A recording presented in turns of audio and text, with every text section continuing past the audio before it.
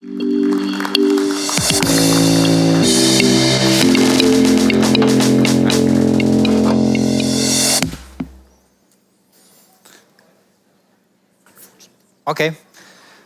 Welcome, ladies and gentlemen. We will not waste your time at the beginning, so let's start with a discussion. It's a very interesting topic. We have some funding opportunities and new options for growth startups. And we have with us Zoe Adamovic, founder and CEO of Neufund, and Christoph Boschan, CEO of Vienna Stock Exchange.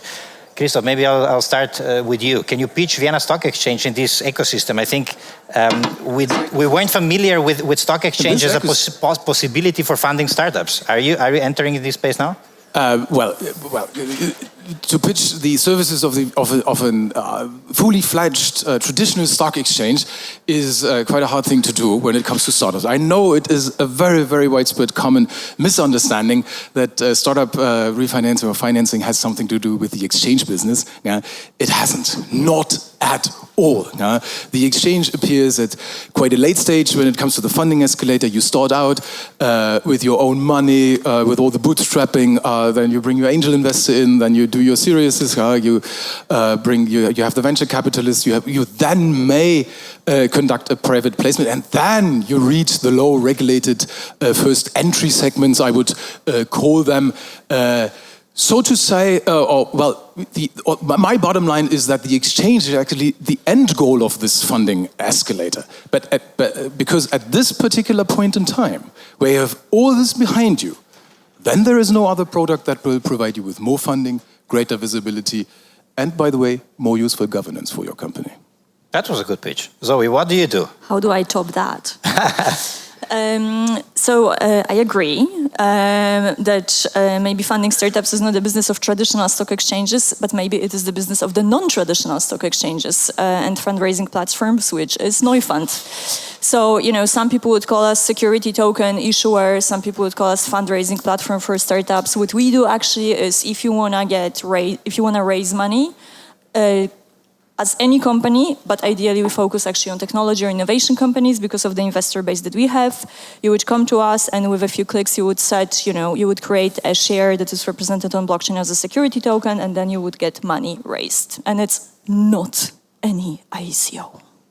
Meaning what? Is it a regulated market? Where are you based? What kind of regulatory frameworks do you understand? You're opening in Pandora's box, but just to briefly answer your question, we were founded nearly 3 years ago. We're based in Germany. We are regulated, of course. This was, of course, a big challenge to solve it, but we did solve it. You can do raises of different kinds, public, private, however you like. But yeah, and the token that is issued represents real shareholder rights. So any acquirer of this token is a shareholder of your company. That's what I was going to ask you, because we know in the STOs we have different models, revenue share models, and so on and so forth. Which kind of models can you provide? Well, we can provide pretty much any model, right? But because, STO, S stands for security, right? So the question is, what is securitized?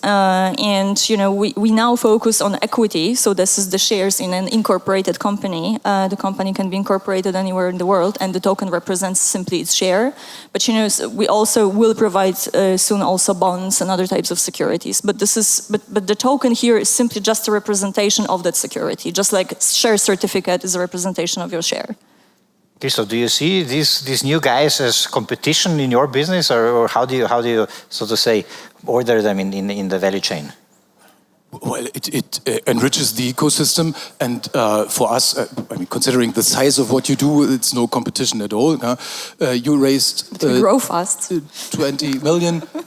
So in the last since 2016, the same period.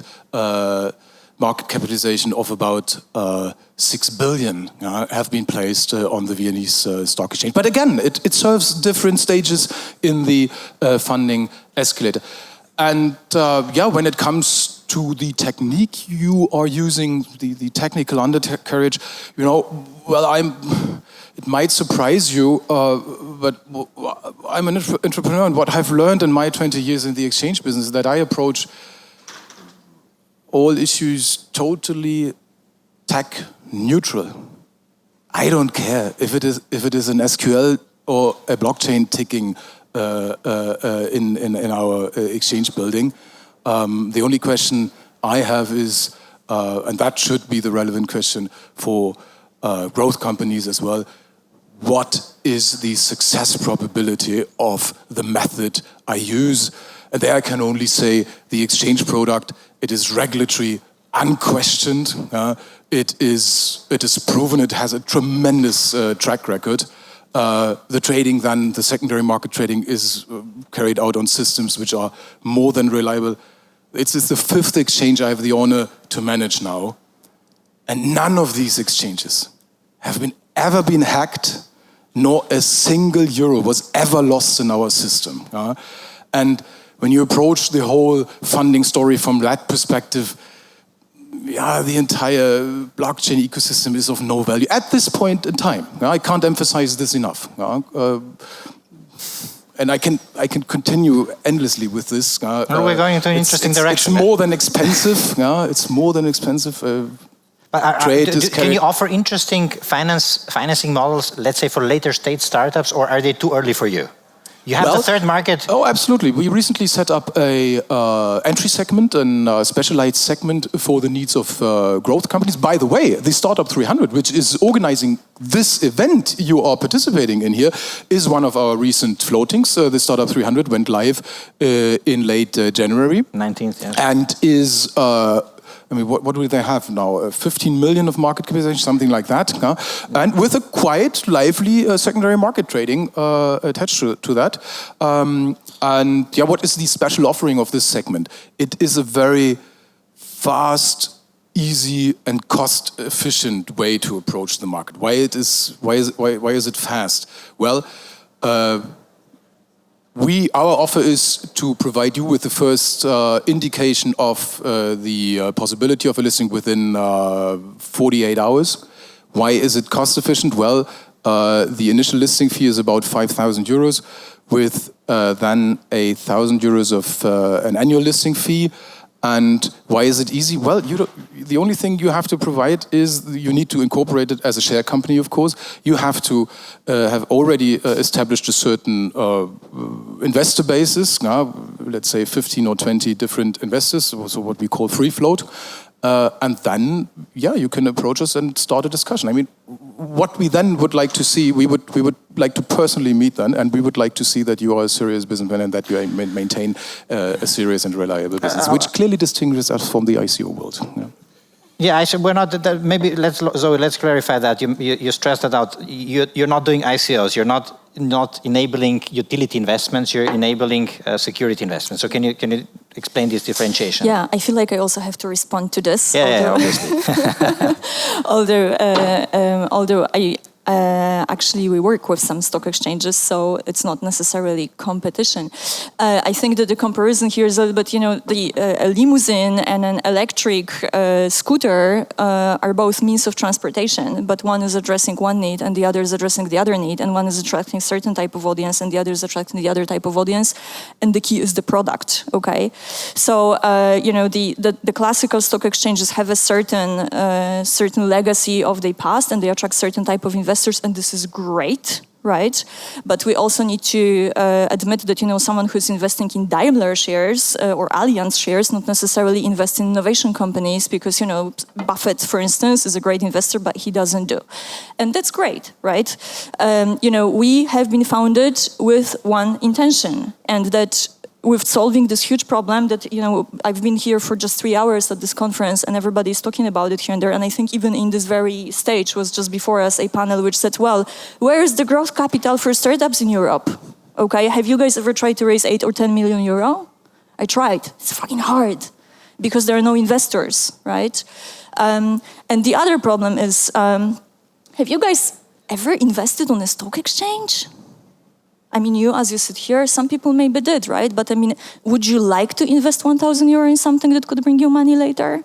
Would you assess Daimler shares, or would you, with your knowledge of technology, of product, of how to assess a venture capital company, would you want to rather look at that and see whether, there's some investment opportunities in there? Have you tried to enter a business angel round? Well, let me tell you something. You need to have 100,000 euro. And even if you have 100,000 euro and you want to invest in SoundCloud, nobody wants your fucking 1,000 euro, 100,000 euro, because the minimum ticket size is 10 million, okay? So there is one thing that, ICOs, as much as I, totally believe, and there's tons of, articles on the internet about it written by me for many years in the past, that utility tokens don't work. This is just doesn't work. There's nothing securitized behind it. This makes no sense. But ICOs have shown us one thing, right? They are this essential cultural change that blockchain technology has brought, and that is they showed us all that it's possible to invest in technology companies for everybody. And that's a difference. And that's what the only thing that we're doing is to make it legal, regulated, transparent, appropriate, and so on. And that's an interesting point from both of you. How would you define your audience, the perfect client for your stock exchange? Okay.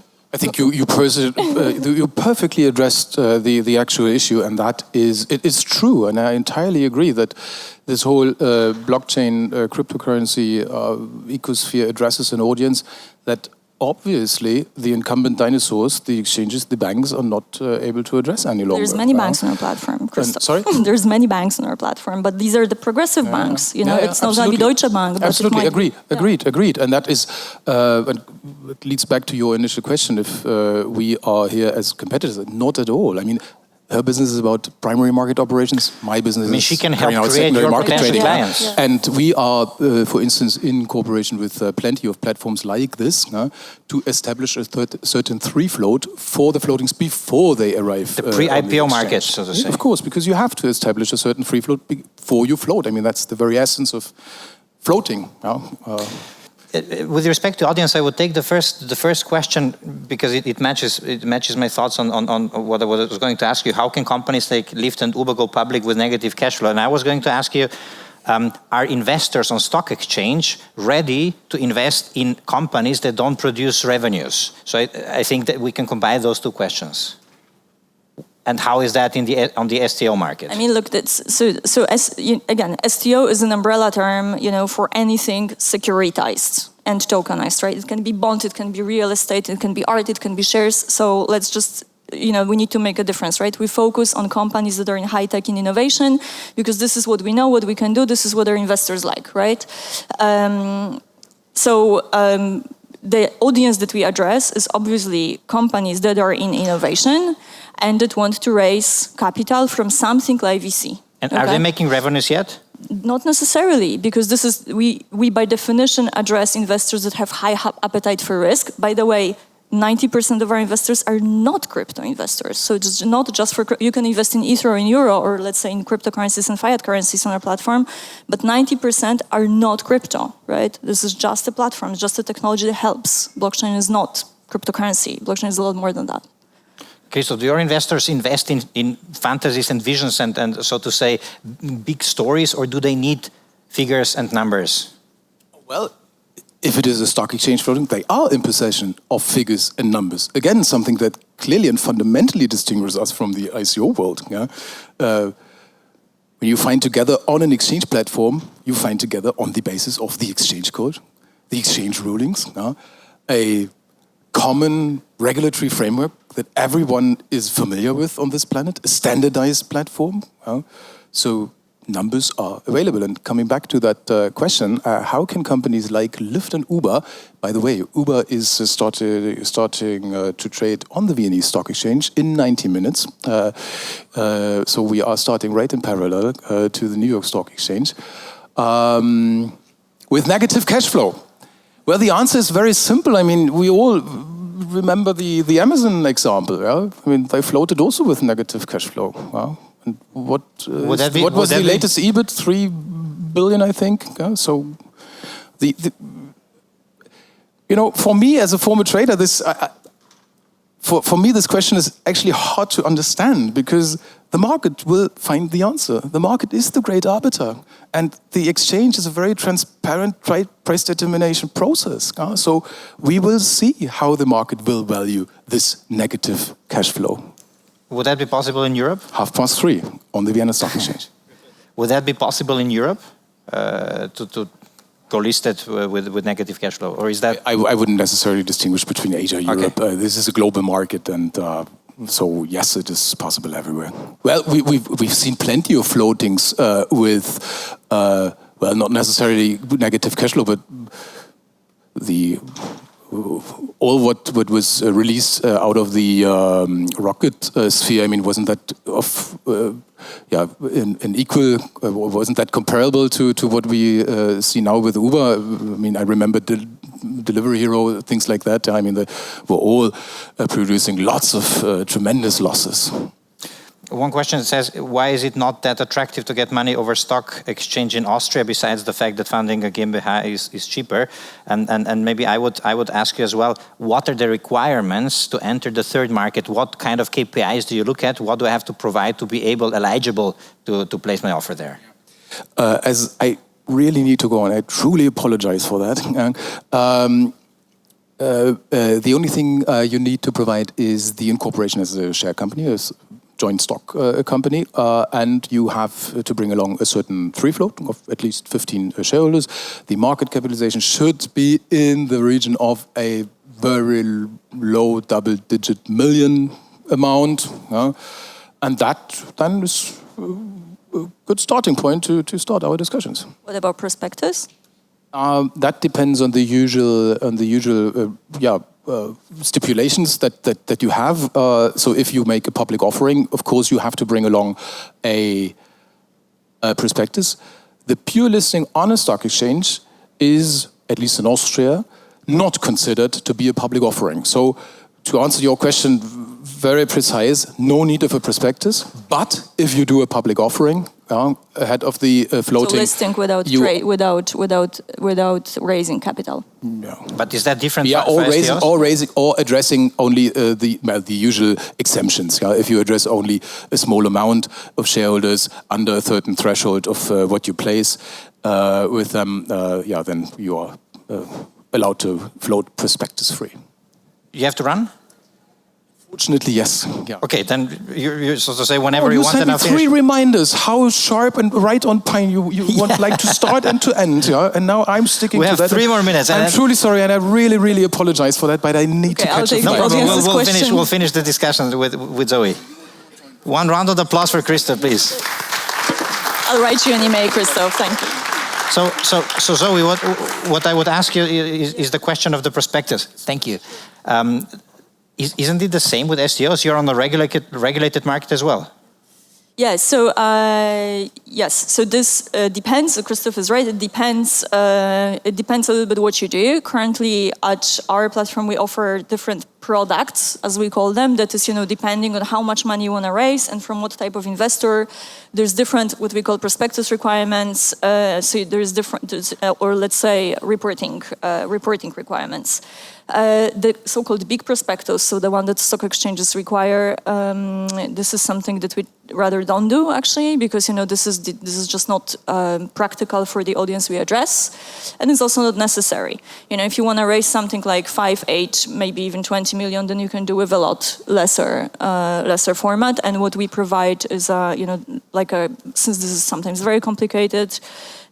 We provide a very nice interface where we basically fill it in some data, and we provide all the regulatory and legal work on our platform in a way. So this work is done for you. So if I take some funding over your platform, can I combine it with other funding methods? Could I take equity from venture capital? How does it work? This is the whole idea. Well, basically, these are simply shares that are tokenized, and you can have, let's say you have 1, 2, 3 VCs or angels that simply want to participate in your round. Then you would invite them first, and they would get certain amount of these equity tokens, and then you press a button in the interface, and then the public offering starts, and then everybody can join the round. Okay. Very easy. There was another question. Isn't it also a mentality problem in Europe to take not as much risk in investments that, for example, US investors? I was trying to ask Christoph whether he sees the differences in behavior of US investors or our European ones. Do you see any differences in your audience?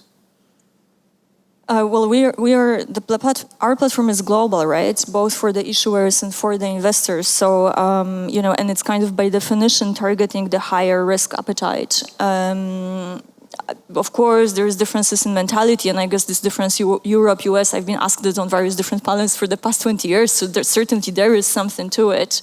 But I think that we can just neglect it and move on, and I think that, please note that, the whole blockchain world, actually the core of this movement, right, is happening in Europe. You know, the Ethereum, Switzerland, this is all Europe, right? It's Berlin, it's Switzerland, it's the crypto valley. So there is a lot of risk appetite happening, you know, here in Europe, I believe very strongly. We just need to open the gates a little bit. How much does it cost to get financed on your platform? Nothing. We just take a success fee. Costs nothing. From the volume that they From gather? the volume, yes, exactly. So let's say the example we take 3% of cash that you raised in the issued capital, and we take 2% of the shares that you issued. And what's the procedure? How long does it take? Listing takes 25 minutes. I mean, listing as in you can start campaigning, so you fill in some data. We have some requirements because we are very, very strict with transparency. You know, the core kind of value of blockchain is transparency. Blockchain can be very transparent, and we do require you to open certain information to the investors. You know, there is basically the effort is more or less the same as filling the pitch deck, right? So if you want to just present your vision, it's going to take you some 25, 30 minutes, right? Assuming you have some nice graphics done or whatever. If you want to present an offer, then you need to know how much money you want to raise and what valuation and so on. So this often takes some thinking for startups. But yeah, you just fill in some numbers basically. And then how long? I mean, it depends how long you want to run your campaign. Some companies can raise in just a few minutes if they, let's say, have most investors arranged and they just want to use this platform because it's easier and more efficient. Some companies might want to do like a larger campaign and maybe worldwide, and then it might take even 2-3 months. Great. I think we ran out of time. Maybe just quick question. Yeah. Do you think that STOs are the future of pre-IPO investing, so to say? Do you compete with venture capital here, with business angels? Where do you position yourself? Here's what I think. I mean, if there's one thing that I'm really passionate about, this is entrepreneurship and innovation, because that's been what I've been doing for my whole life, and I do it because I believe in it. The issue that we have in financing, there's many issues we have in the financing of startups and innovation. You know, there is no investor VC capital in Europe. That's one thing that a lot of people and startups are talking about. But there is also more issue. Like, look, VC, you know, if VC is your go-to partner for financing your company, then you need to accept that VCs have a certain business model, and this model is based on you know, creating a unicorn, right? So you need to. So the only company that can get money from a VC is a company that has the potential to be huge, right? To make returns of 20, 30, 100x. But who says that a company that makes 50% return is a bad company? Who says that the company that makes 1.2x return is a bad company, right? But there is no money for this kind of stuff. It's only in some governmental grants, maybe, you know? But for me, 20% return is really good. It's a lot better than I get in any bank. So this, for example, is something that platform like ours is solving. You know, you can have a huge variety of innovation, and if your company is, I don't know, let's say, reversing the climate change, but making just 10%, you know, or 20 or 30 in growth, it's still a great company for us, but you're not going to get VC money for this. So that's, I think, one of the key issues. I want to lower barriers, both for startups and for investors. That's what I want to do. Great. Zoe, thank you. Round of applause. Thank you.